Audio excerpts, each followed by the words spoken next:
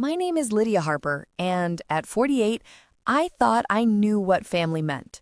I'd spent 2 decades being the invisible glue holding mine together, the aunt who showed up for every milestone, check in hand, heart wide open. No kids of my own, no spouse to share the load, just me, pouring my tech-savvy soul into a career that paid well enough to fund everyone else's dreams. My brother Mark had 3 kids, Sarah, the aspiring artist, Jake, the soccer star, and little Zoe, who battled a chronic illness with a smile that could melt ice. My sister Elena had twins, Mia and Alex, both headed for college on scholarships I'd helped secure. And my youngest sibling, Tom, had one daughter, Lily, a budding musician. It all started after our parents died in a car crash when I was 28. I was climbing the ladder at a software firm in Seattle, but I put it on hold. I moved back to Denver, took a remote gig, and became the family's financial backbone. Sarah's art school tuition, $45,000 from me. Jake's knee surgery after a bad game, $12,000. Zoe's therapies, ongoing, totaling $30,000 so far. Mia and Alex's study abroad programs, $20,000 combined. Lily's violin lessons and instrument, $8,000. And that's not counting the countless smaller things: birthdays, holidays, emergency car repairs for Mark, Elena's divorce lawyer fees. Over the years, I had shelled out over $250,000, all while living in a modest one-bedroom apartment, driving a 15-year-old Honda, and skipping vacations to save more for the kids. They didn't know my secret, though. In my spare time, those late nights after helping with homework via Zoom or wiring money, I built an app called Inspire. It was a platform for young creatives to connect, share ideas, and find mentors.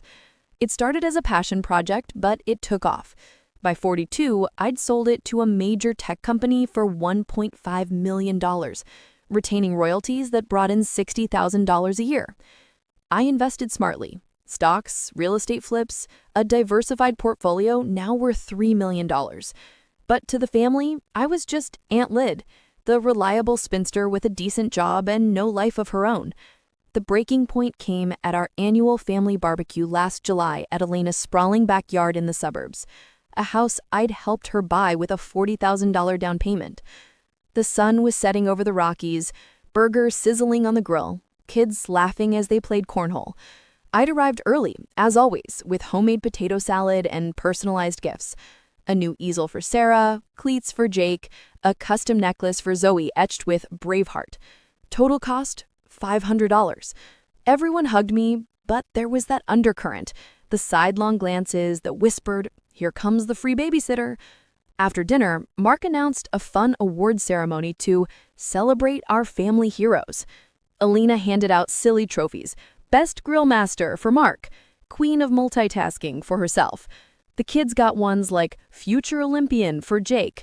Then Sarah, 22 and freshly graduated, thanks to my funding, stepped up with a grin. She held a gaudy plastic trophy, the kind from a party store, engraved with Ultimate Outsider Award. To Aunt Lydia, she read out loud from a fake certificate, her voice dripping with mock seriousness. For always being the third wheel who thinks money buys a seat at the table, for crashing every family event like it's her only social life, and for being 48 and still single. Get a hobby, Aunt Lyd. You're our favorite charity case, but maybe it's time to find your own family. Love, the real Harpers. The backyard exploded in laughter. Mark snorted beer through his nose. Elena clapped, saying, "Oh, come on, it's just a joke." Jake high-fived Sarah. "Burn."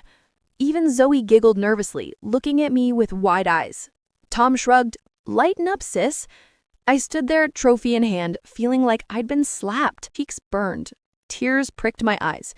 I'd given them everything: my time, my savings, my dreams deferred, and this was how they saw me? An outsider? A charity case? I mumbled something about a headache and slipped away to my car. Driving home through the twilight, sobbing, racking my body, memories flooded back, like the time Sarah called at 2 a.m., panicked about a failed exam. I talked her down, then paid for a tutor.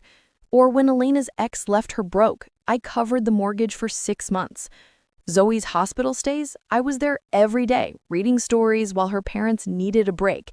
And now this, humiliation, broadcast to the whole family. That night, in my quiet apartment, I opened my laptop. My bank statements glared back. Transfers, loans, gifts, all one way. But my app dashboard showed the truth. Royalties deposited, investments soaring. I wasn't broke, I was wealthy. Wealthy enough to walk away. The next morning, I made changes. I canceled recurring transfers to their accounts. I emailed my financial advisor to lock down my assets.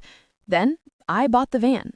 A sleek Mercedes Sprinter, customized for off-grid living, solar panels, a queen bed, compact kitchen, even a fold-out desk. $110,000, paid in full. I named it Wanderlust. Why a van? I'd always fantasized about roaming the national parks, those vast, healing spaces where nature didn't judge. No more tethered to family obligations.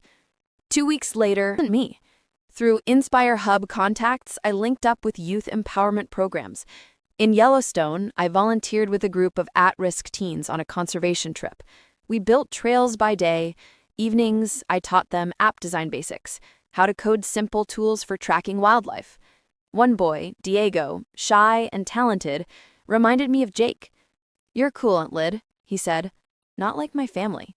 It stung, but healed too. Word spread. In Yosemite, I hit the road. First stop, Rocky Mountain National Park, just hours away. As I hiked Emerald Lake Trail, the crisp air filling my lungs, the weight lifted. No calls demanding money, no guilt trips. I set up camp by a stream, my van's awning shading a picnic table where I journaled my thoughts. But I couldn't just wander aimlessly.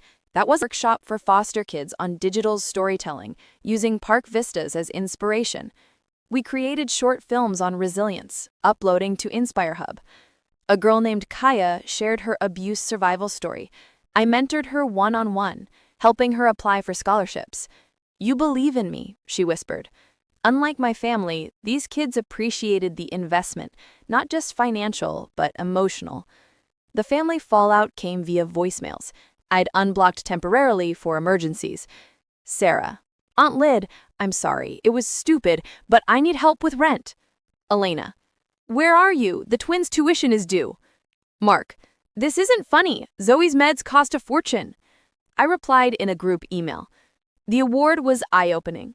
I've unveiled my app success, Inspire Hub, sold for millions, but that bank's closed. Invest in yourselves like I did. I'm empowering youth who value it. Goodbye. Months blurred into adventures. Grand Canyon sunrises, Zion slot canyons, Everglades kayaking. In each park, I volunteered. STEM camps in Arches, art therapy in Acadia. I even started a nonprofit arm of Inspire Hub, funding park-based programs for underserved kids. My net worth grew. Royalties funded grants. At 48, I wasn't an outsider. I was a nomad, a mentor, alive. One evening in Glacier National Park, watching auroras dance, a volunteer asked, "Regret leaving?" I smiled. "No, this is my family now, the open road, the kids I lift up. It's a new beginning, and it's mine."